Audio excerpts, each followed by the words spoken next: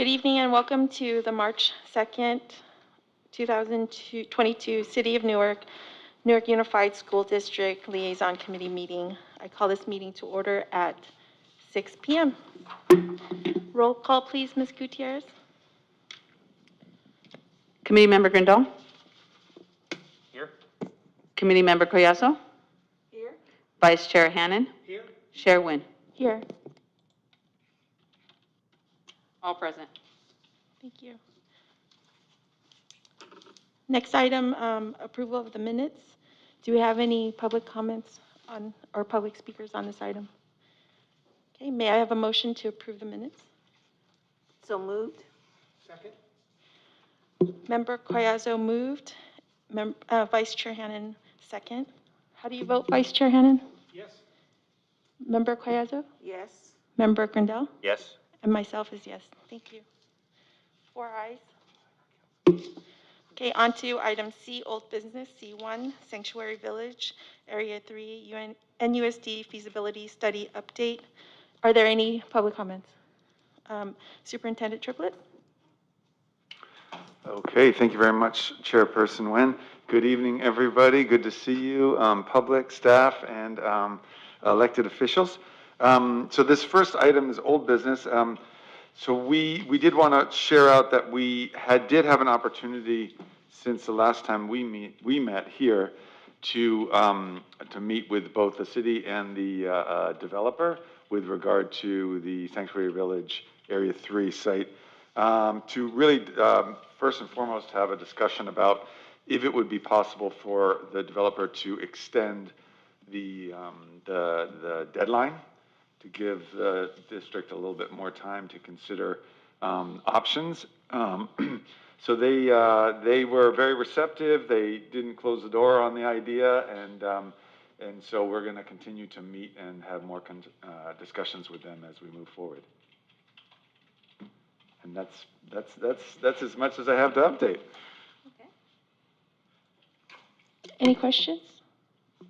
Vice Chair Hannan? Yeah, just a couple quick questions. Can you remind me on the date that the construction needs to begin? My recollection is that the date began once the first building permit was issued for the development.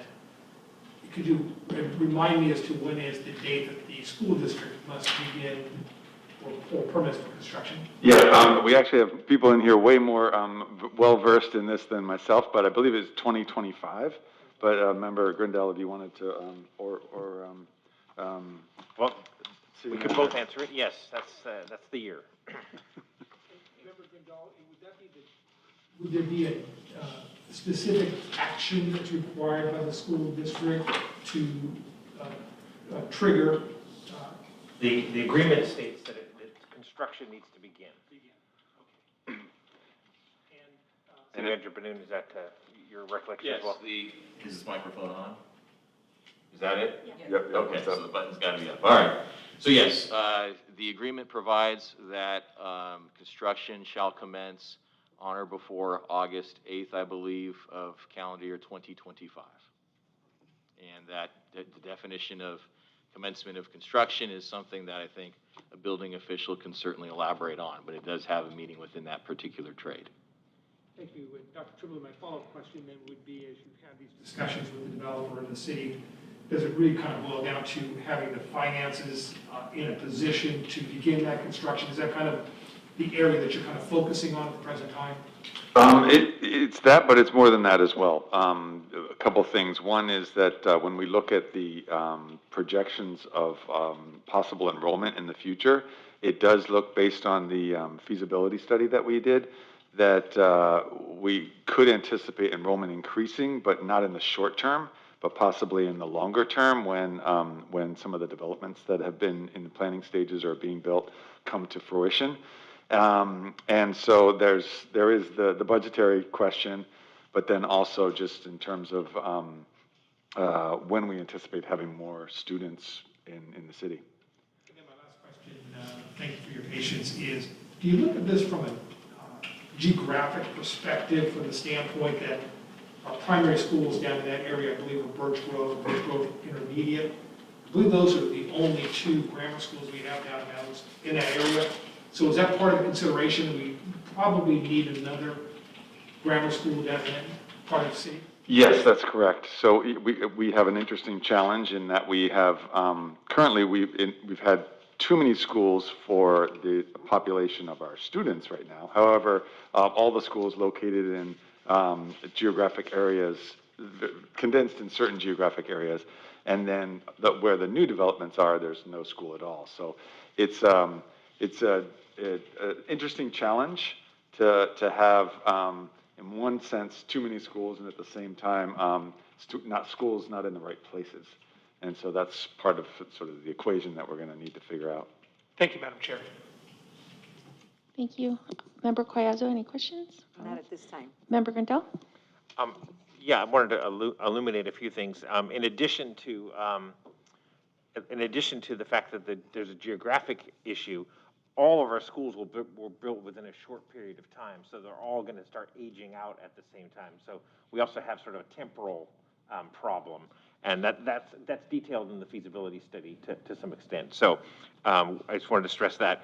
The other thing, just to let the other members of the committee know, is when you're dealing with the school construction, you have to deal with the state bureaucracy called the state architect's office, and based on their whims, that can cause a lot of delays. So even if we can put together a calendar that works for August of 2025, there's some uncertainties out there that are outside of the control of the district that could cause problems. We had situations where we were replacing air conditioning units, just replacing the units, and the state architect later came back and said, no, you need to submit these plans to us, even though it's just a replacement, because they were a little bit bigger or a little bit heavier, and so that added almost a year to the process. So just to let you know that this is a state agency that's completely out of our control that goes forward. The city is fortunate to be able to hire their own building official and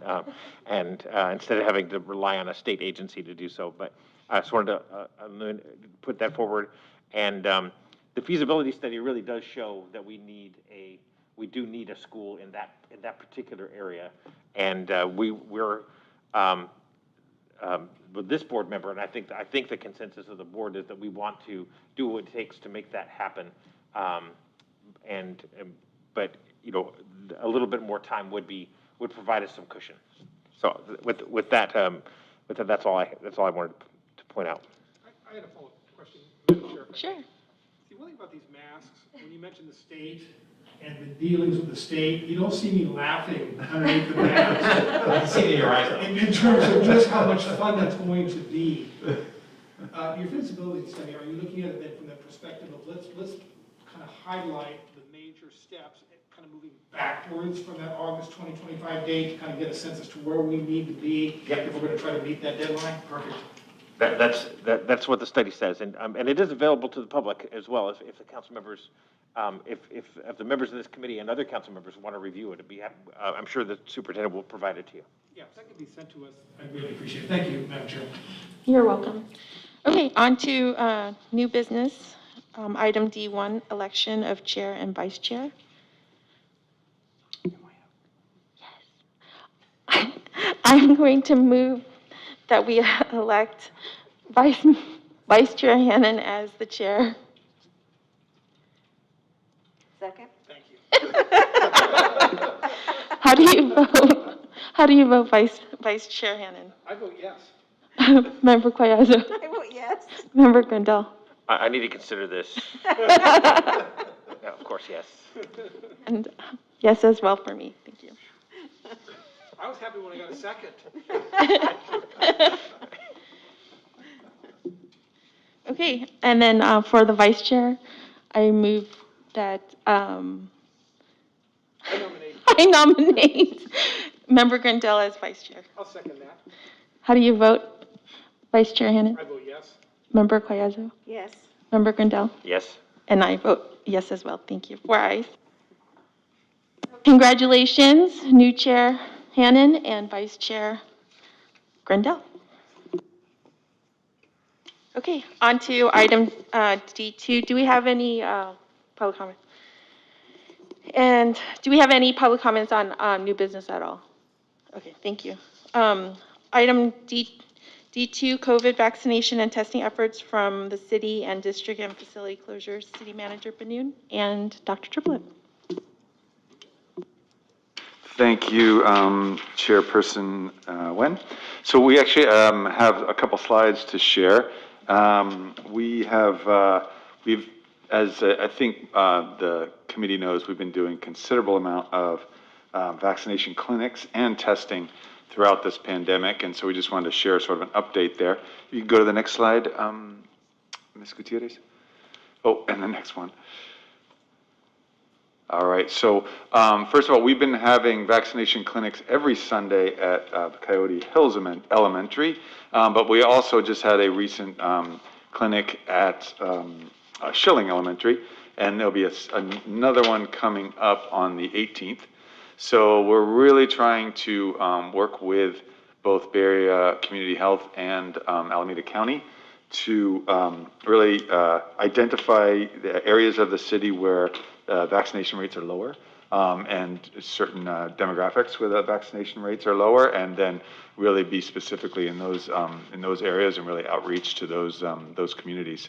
So we also have another vaccination clinic coming up in partnership with the city, and the city's really done an amazing job at organizing this. If you go to the next one, Ms. Gutierrez. So we're excited about this clinic as well. It's coming up at the library, and maybe if City Manager Benoon wants to speak a little bit more about this one. Sure. Thank you, Mr. Triplett. This is a no-cost COVID vaccine event. It's hosted at Fire Station 28. This is the fire station located on Thornton Avenue. We have two events, one on Saturday, March 12th, and then the follow-up on Saturday, April 2nd. We'll have doses available for Pfizer for both adult and younger children, appropriate doses. Boosters will also be available. We encourage people to register, but we will also take walk-ins. We'll have interpreters present as well. And then there's an incentive for the first 100 people who show up and are vaccinated. They receive an at-home rapid COVID test kit. So I'd like to thank the school district, Bay Area Community Health.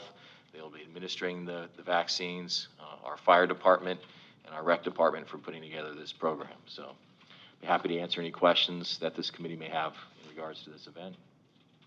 If not, I'll pass it over to Dr. Triplett. Do you have anything? I have a comment. Yes. I just want to say thank you for making this accessible to all our residents. There's other cities where they're having a hard time finding a place to get a vaccine, and we have been able to provide vaccines for anybody that wants them. Tests and vaccines, we're Correct. very lucky here in Newark, so I want to say thank you. Member Hannon? Mr. Benoon, the event at the fire station, the flyer, is that flyer available in Spanish and English? Yes, it is. Would it be a benefit, or are we actually walking and knocking on doors to get this information out, let's say to some of the residents in the Old Town neighborhood? Are we doing anything of that nature? We have hundreds of families registered through the Promotoris network. Oh, excellent. On social media and those platforms, and we've been reaching out to them, and they're aware of this upcoming event. So the intended target is, there are lower vaccination rates in that census tract. They release the vaccination data off of census tracts, and this event is geared towards attracting folks in that census tract, and so we will be advertising heavily, or we are advertising heavily in that tract, and that includes social media outreach and through the Promotoris network. So I want to join my colleague, Board Member Collazo, in commending the school district and the city working. This is what collaboration looks like, you know, whether it be at a school site or a city site. We understand the importance of increasing the number of folks that are vaccinated, especially the children, and I think the school district's done a fabulous job, so thank you for that effort. Thank you, Vice Chair I Hannon. have another yes. comment. I just Member thought of Carrasco. something. Do you remember back in the old days when somebody would walk up and down a street wearing like a little sandwich sign? Yeah. I will not be doing that. I was going to ask you if you would volunteer. I thought that would have been a great idea. Member It's- Castro, that sounds like you're volunteering. I wouldn't mind doing it right out in front of Magnolia Plaza. Member Grandal? Yes, I wanted to echo my other members' comments, and also just stress in reading the state and the county's guidelines, as we move to an endemic phase of this disease, vaccinations are even more important because there's an acceptance that there's going to be infection in the community. Vaccines are proven to dramatically reduce the impact of the disease and causing serious repercussions. So, as we start to take off our masks and accept this being endemic, vaccinating our children in particular is of even more importance. So I would compliment the city and the school district working together to make this available, particularly in areas that need it the most. So thank you. I too echo the same sentiments as my fellow members, liaison committee members, and wanted to say thank you for the partnership between the city and the school district for providing all this availability of vaccination and testing to our community. So thank you. Thank you. And if I may, Chairperson, I think I have one more slide on this agenda item. So I did just want to share out about testing as well. So we were able to pull the numbers today. And today, as I think this committee knows, we have weekly testing at all of our sites, our school sites, but then we also have daily testing 6 days a week at the Whiteford campus. So to date, we've administered tests district-wide, 23,624 tests. And at Whiteford alone, 11,343 to the public at large. So it's been an amazing effort, and we're just really, really proud of everyone who's come together to be able to provide this opportunity for the community. Thank you, Dr. Triplett. Okay, on to item D3, middle school design at the Newark Junior High School update. Okay, Ms. Gutierrez, can you go to the next slide there, same deck? Great. So this committee wanted me to bring back sort of update as we progress through the middle school design. As you all will remember, the school board voted last year to transition the 6th grade to the junior high to create a 6 through 8 middle school. And so I just wanted to give the committee an update on the progress. A lot of work has been done and is being done as we move forward into the spring. The next slide, please, Ms. Gutierrez. First of all, I want to just give a shout out. We have a design team that is supporting the work, and it's made up of students, which is super exciting, and teachers, principals, counselors, district office folks, and parents. So this group meets every other week for an hour and a half, Thursday evenings, and they're doing amazing work and have really been, it's a powerful group, and they have been able to really provide a lot of different perspectives and insights as we iterate on the plans. So as we've been saying all along, we're not creating plans behind closed doors and some secret plan that's already been designed. This is the group that's really helping to do this together, because we know that when there's stakeholder engagement and community involvement, that we come up with a much better product. Could you go to the next slide, please, Ms. Gutierrez? So something that we've shared out with the community and different teachers, groups, et cetera, is that we've at this point been able to sort of map out an idea about what a day in the life of a 6th grade middle schooler would be. So I was just going to talk you all through it. We're envisioning that start of the day is around 8:15. And then students would have advisory, which is a smaller, shorter class where students get to work with a teacher, developing social-emotional learning skills, checking homework, study skills, organization, and things like that, and just settling in for the day. And then they would move on to what we're calling a humanities block. So the students in 6th grade, unlike 7th and 8th grade, in 6th grade they would have the same teacher for both history and English. And then they'd have brunch, And then we have what's called an elective wheel and an academic flex class that we're developing. So this is a new idea that some successful middle schools do, where students have an opportunity to go through a number of different electives during the year. So maybe it's art for a period, and then later on in the year, say music or coding or other things. And then likewise, they sort of rotate through an academic flex time, which is where they get additional support in their studies from their same teacher. Then all students have physical education, and then, oh, did I skip something on there? No, here it is coming up. They have lunch separate from the 7th and 8th graders, and that was something that community has been really vociferous about, is like really wanting to make sure that 6th grade was sort of, had its own sort of special thing. That there was opportunities to engage with 7th and 8th grade students, but also that the 6th grade had its sort of separate thing where they're sort of able to be in an enclosed sort of space, so to speak. And then a math science block, similar to English history, they would have one teacher for both math and science. And then we have really wonderful opportunities for after-school programming, enrichment, clubs, and other activities. So that is the current iteration. It'll continue to change a little bit, I think, but we've gotten a lot of really good feedback on this, and people are feeling really positive about this so far. Next, Ms. Gutierrez. I have a question before we move on. Okay. Did I understand at one point that 5th graders are going to be going over to junior high too? No, just 6th and it'll just be 6th, 7th, and 8th. Okay, just the 6th graders. Yeah. Okay. 5th grade will remain Somebody in had elementary mentioned that to me, and I thought, I Okay. hadn't heard anything, but Yeah, no, that must have been some confusion. Sometimes we do, we're thinking about the current 5th graders are the ones that are going to go there for 6th grade. So maybe sometimes when people hear that, then they, okay. they're sort of.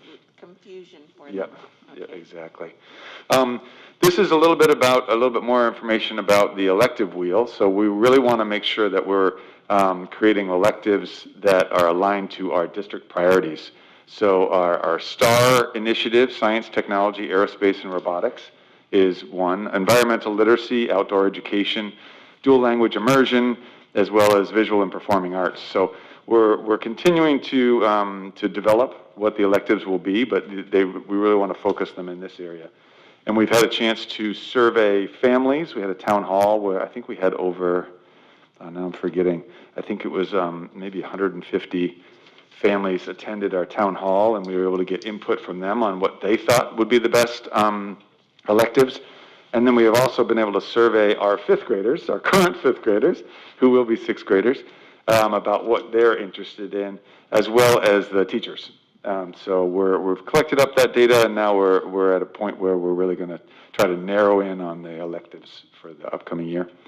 And then I think we have one more slide. Before we move on to the next slide, Oh, I have yeah. one more question. Sure. So our 5th graders that are moving over to the junior high to be 6th graders, are they still going to have the opportunity to do like science camp like our regular 6th graders do? Right, great question. And that has come up. Yeah, so that's the goal. We'd really like to think about how we have a science camp in 5th grade, and that then in 6th grade, that there's another science camp type,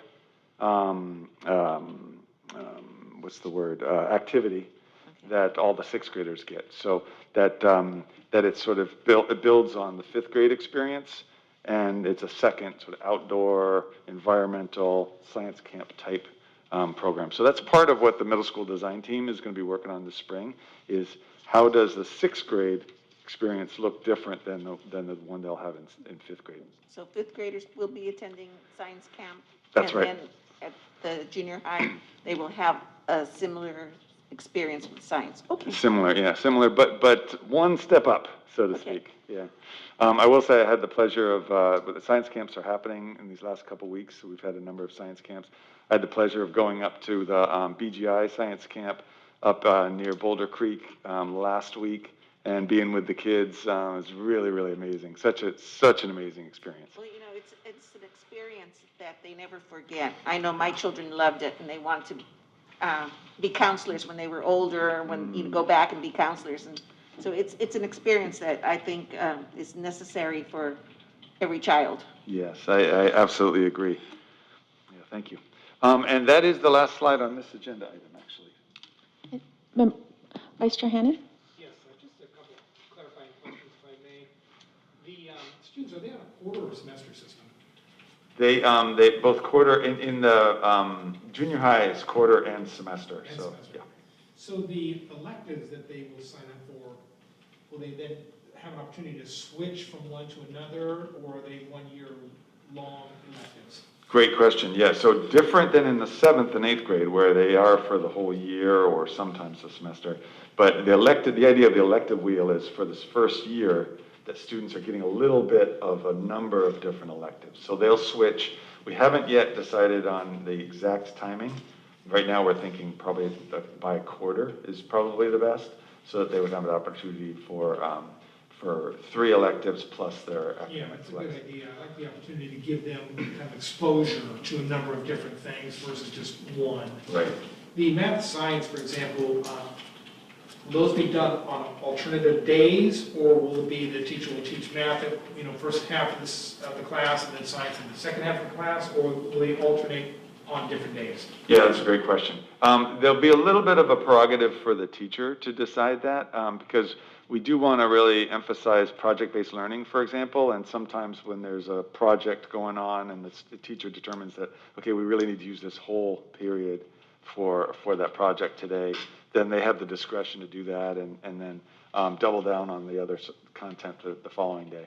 And with Common Core, there's such a carryover or parallel in a lot of these, that they can actually do both at the same time, kind of moving forward. Right. In a lot of the high schools, children are given the opportunity, or students are given the opportunity to take courses, for example, alone, because they excel academically. Have you given some thought to allowing 5th graders to move into the junior high on selective courses if they've excelled academically at the lower level? Is that something that you've looked at, or any of the school that you're aware of looks at, in terms of giving kids an opportunity to further demonstrate their excellence? From 5th to 6th, it's not something that we've explored or that I'm familiar with. There are some cases where 8th graders, have take a course or something at the high school level, in my experience. I don't know that happens here in Newark. Yeah. One of the challenges that always comes up is around the transportation. So that's Thank you. Member Collazo, any comments? Not at this time. Member Grindel? Yes, I just wanted to compliment the team that you've got working, and of course, all of your staff. They are chewing gum and walking at the same time. They're dealing with the COVID issues and teaching, and also planning for the future. So I just wanted to compliment all of you and all of your staff for multitasking in this way. Thank you. I just have one quick question. In terms of logistics on where have the design team decided on how or where to place the incoming 6th graders? That's something that we are currently iterating on, and that's actually a thing that the design team is not, it's not part of their charge. Okay. So we're working with the maintenance department and also really engaging with the junior high staff. So I met with the junior high staff on, when was that, Monday, this Monday, yeah. We did an iteration of how it could look, and then we got their feedback on that. So we had met with them a couple weeks ago and heard their initial ideas for like what would be the best way to reconfigure the school, the classrooms and such. And so then we took that back, we started to do some work, and then we brought them back an iteration on Monday, and they gave us some really good additional feedback. The big priority that we've heard from families, from students themselves, and from teachers is the need to have the 6th grade in one area, almost like a wing or like a special section. So that's kind of our number one priority. And then, of course, we're also really trying to minimize the number of moves that teachers that are currently there have to make. So that's our design challenge, so to speak. But I think we have a good initial plan. There are, because the campus is really large and it hasn't been fully occupied because of only 7th and 8th grade there are some empty classrooms. So that's been really helpful. So I have a question, I'm sorry. How many students are we looking to move from sixth grade over to the junior high? It's around 347. Thank That was you. a very specific number. I said around 300. That's pretty precise. I had one follow-up question, Yes. if I may, Madam Chair. Yeah. The DLI, will that allow students to focus on more than one language, or multiple languages, or is it predominantly English, Spanish kind of thing? We currently have just English and Spanish. I think it'd be fantastic if we could start to develop other language opportunities as well, but we don't have that yet. Okay. We're working on it. That's right. That's right. We're working on it. Thank you. Any other comments or questions from, nope, okay, on to item D4, snow school facility use proposal. Dr. Triplett? All right, no slide deck for this one. Not a super big update. We don't have any immediate plans for the snow facility. We need to go through the process, what's called the 7-Eleven process, which is forming a committee of different stakeholders and then really determining the best use of the different properties. So no major updates, but that is something that was definitely on our list of things that need to happen. Yes, Member Carrizo? I want to thank Superintendent. I sent you a little text one day. I had a young lady that was trying to sell me a candy bar to raise money to have the fields mowed over at Snow School because they were playing softball and lawns hadn't been mowed. I said, well, wait a minute. If you're selling candy bars to raise money, that should be for uniforms or equipment. I said, let's see what happens. And then all of a sudden I drove by and everything was mowed. So thank you. Good. Glad to hear it. Yeah, yeah. It's really nice that the softball is able to use that facility, and so we've been really glad to partner with them. Thank you. Any other comments or questions? All right. On to item D5, music school consolidation update. Dr. Triplett? All right, this one is me too. Ms. Gutierrez, can you go to the next slide? So this is a part of our overall timeline for the music consolidation. So this is these are some of the items that we've been addressing between November and now. So a lot of work has been done. I won't go over every single one of them, but a lot of work has been done. We were really glad that we were able to engage with the music families and get from them their requests for the school that they would be transferring from, or to, rather. And we're really pleased to say we had every family list their top 3, and we were able to get every family in the general ed program their first choice. So the majority of the students are going to Kennedy or Birch Grove Primary or Birch Grove Intermediate. We do have another healthy group going to Coyote Hills, and then the smaller group going to Schilling. But the majority is in that part of the city because of the proximity to music. And we've also been able to meet and engage with the staff at music and really talk through the options. So we're currently working with our labor partners to negotiate a plan for how to make sure that we're really prioritizing the staff from music in terms of transferring to other schools. They have done such amazing work there at that school with students. The culture that they've built is just so tremendous, and so we're really want to support them to transition to another school and to bring with them all of the skills and strategies that they have at music, because it's something that I think any school can benefit from. And then we are also able to, normally the special ed programming happens much later in the spring, but we were able to expedite that as well and communicate with all of the families as to the special ed programs that are available in the other schools and do initial placements of all those students as well. So that was really good. And so the next step is this spring is we have started engaging the principals of the receiving school with the music principal, and they're planning different events to be held so that the students and the families can get to know the community in their new school. So we're planning both opportunities for events at music, to celebrate music, and to sort of meet and greet, as well as then opportunities for the families and students to go and tour their new schools and things like that. So that's a big focus of the spring, as well as the whole move itself. So packing up, securing the moving services, and then this summer we'll be doing the actual physical moves. Any questions or comments? Vice Chair Hannan? Sure.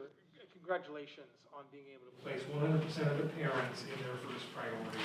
I mean, it's disruptive to begin with, when you get assigned a specific school, then to realize when your child's in second or third grade, whatever the case may be, they're going to another school. So to be able to provide them with their first choice makes that transition a little bit more palatable. So congratulations on that. As a result of the kind of consolidation of our schools, have you seen a reduction in the number of staff in terms of teachers, maintenance, and things of that nature? Or are you able to then transition those folks into other assignments throughout the school district? Yeah, the goal is to transition everybody to another assignment. We have seen a reduction in enrollment overall, and not just from, not just at music. And so we are having to make some really challenging, difficult decisions this year in preparation for next year with regard to reduction in staff, but that's not related to the consolidations.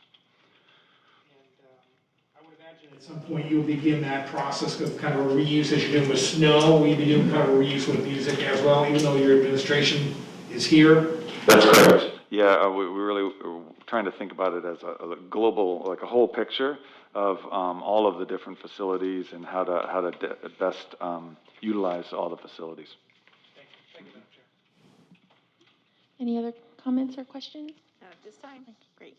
On to item D6, the Omicron impact on NUSD schools. So in hindsight, I realized we should have just clumped the two COVID-related agenda items together. But so this wanted to just share out the most recent data with regard to our COVID cases. So this is a chart. I think maybe I shared this an earlier version with the committee in this fall. This is a chart showing the number of positive student COVID cases per week, and then the number of positive staff cases. And you can see on here in December, we had weeks where we were down to a single student case, positive case, and in some weeks, 0 positive cases for adults. And then, what the whole world saw in January, we had this massive spike due to Omicron.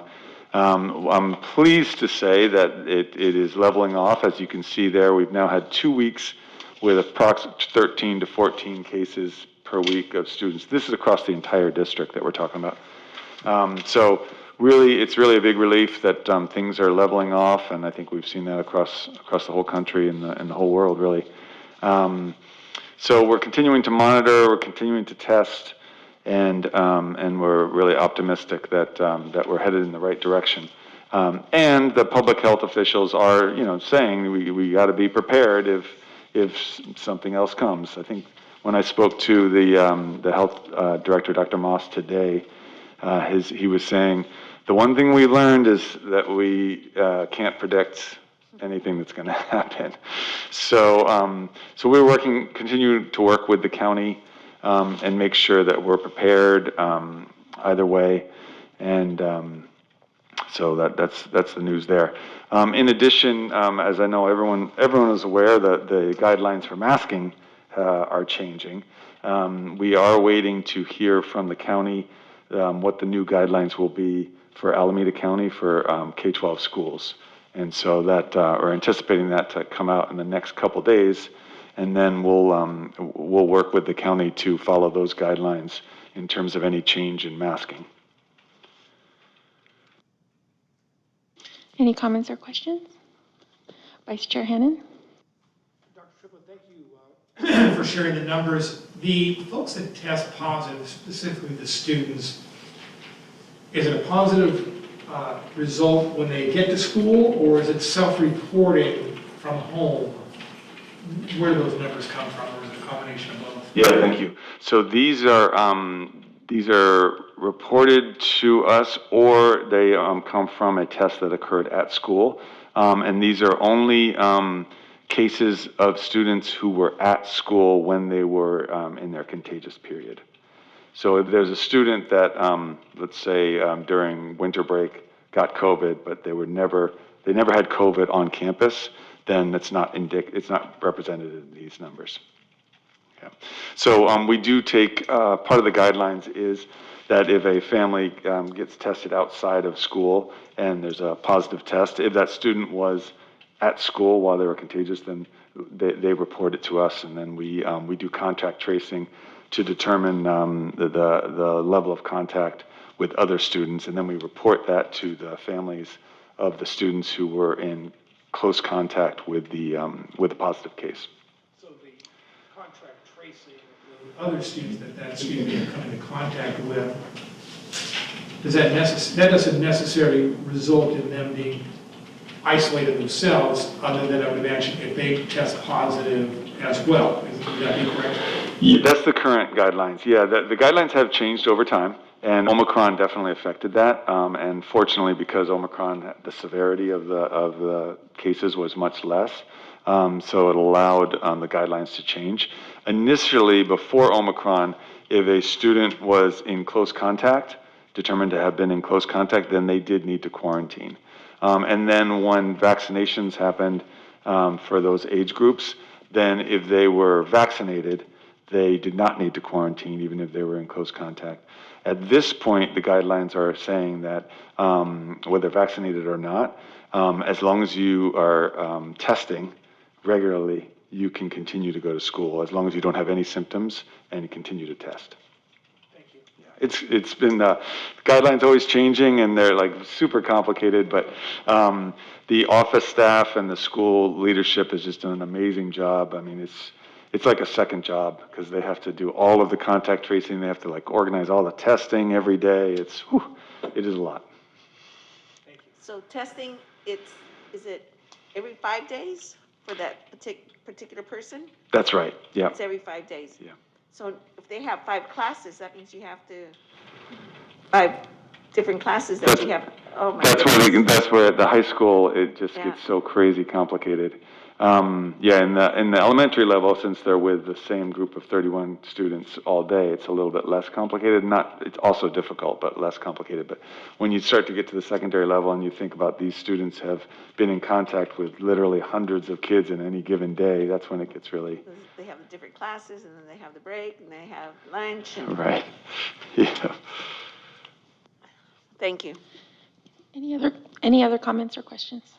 Okay, great. Thank you. Thank you, Dr. Triplett, for the update, and thank you to staff, office staff, for doing a tremendous job in organizing and reporting out on all the COVID cases and helping all the students and their families. So thank you for that. On to public comment. Do you have any public comments? ¿Hay personas en el público que quieren hacer comentarios públicos?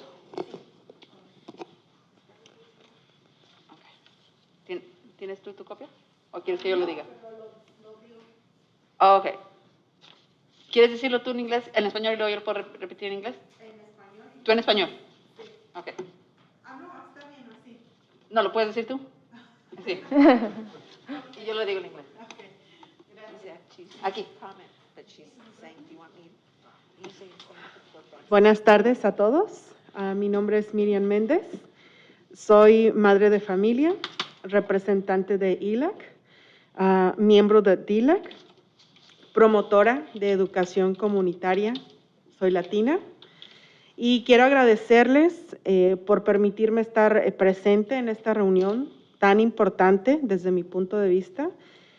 Pues me parece extraordinario que tanto la ciudad como el distrito trabajen siempre en favor de nuestra comunidad, por lo que además de agradecerles, quiero hacerles saber que en la medida que me sea posible, por supuesto, me pongo a sus órdenes para colaborar con ustedes como voluntaria, promotora, madre de familia, como sea siempre en favor de nuestra comunidad, así como una miembro más de la comunidad de Newark. Así que gracias. Thank you. Thank you. I'll repeat it in English. My name is Miriam Mendez. I am a mother. I am a mother, representative of ELAC, member of DLAC, promotora, a part of the organization of educational, community education, and Latina. I want to thank you for permitting me to be present in this meeting, which is very important, and it's an extraordinary event to have with the district, with the school district and the city, to be able to, in order for, a great accomplishment for the city and the district to be working together for our community. I also want to thank you.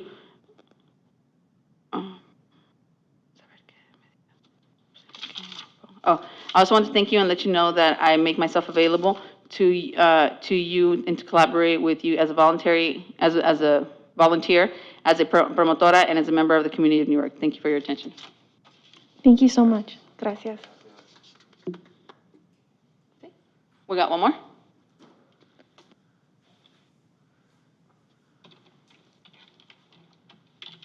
Hello, good evening all. My name is Lorena Talavera and I'm here as a parent of Newark Unified School District.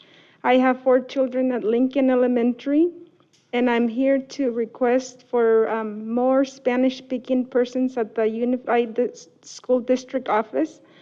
I have some parents call me and ask me to translate, which I do with great joy. My parents did not speak English, and one thing that my father told me when I came to this country was to not forget where I came from and to see every person that asks me for help and see them as if I was helping my own parents. So that's something that I do with great joy when somebody asks me to help. So I'm here to request for more personnel. I can translate sometimes for the parents, but sometimes it's not possible. I have had a parent call me and ask me to translate because there was nobody that speaks Spanish at the time that they came to the Unified School District office, and unfortunately I couldn't. So I feel sad for that parent that had to leave and go home without their issue being resolved. And thank you for this opportunity. I'm also grateful that the city and the school district is coming together, and I'm very happy that this is happening. Thank you. Thank you so much. Any other speakers, Ms. Gutierrez? Okay, thank you.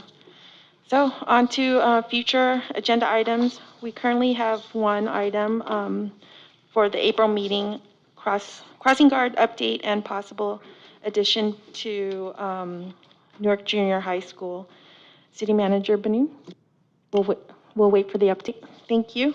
And then we're ready to, any other items that you want to add to? Yes, thank you, Madam Chair. First of all, I want to thank the representative from Promotores. It is such a vital organization in our city that steps in time and time again to volunteer to help us get the message out to our community on all those services we provide. So once again, I want to thank that organization. To the representative that commented on the lack, from their perspective, of Spanish-speaking employees to assist, we have no greater responsibility in government to make sure our residents not only feel comfortable in approaching us with questions and comments, but to make sure that we provide answers in a somewhat timely manner. Just a thought, and I'm not going to get into the issue itself, but I don't know, do we have any kind of a hotline that somebody can call in that is specifically focused on those that speak maybe a different language, where they can maybe leave a message in their language, and maybe somebody will get back to them at a later date? Just a thought for you to consider. And then my agenda item that I'd like to have And I believe our next meeting is in April. What's our next meeting after that, Mr. Benoon? Can you advise It me? would be Monday, April 18th at 6 PM. And as a housekeeping matter, I believe it would be held at City Hall as we agreed to the alternating locations on a yearly basis. And then the next meeting after that, would that be like July? The next meeting after that would be June, and that would be the third Monday in June, and then the third Monday in October. Okay, the reason I mention that is I want to give Dr. Triplett plenty of time to look into this issue and maybe come back. I'm really concerned, as any parent would be, about the academic loss as a result of the COVID-19. We hear just in the news, and I'm hearing from parents that they're concerned about the loss of, the quality education that their child is receiving in the classroom, and whether or not that has caused a little bit of a setback academically. I'd like to hear from the school district kind of on what are your thoughts in terms of how to help parents who feel that their child is falling behind, whether or not we're looking at possibly summer school opportunities, things of that nature. But just, I want to put that question out there, and whether you want to present that in April or June, whichever is best for you, I'm fine with. Thank you, Madam Chair.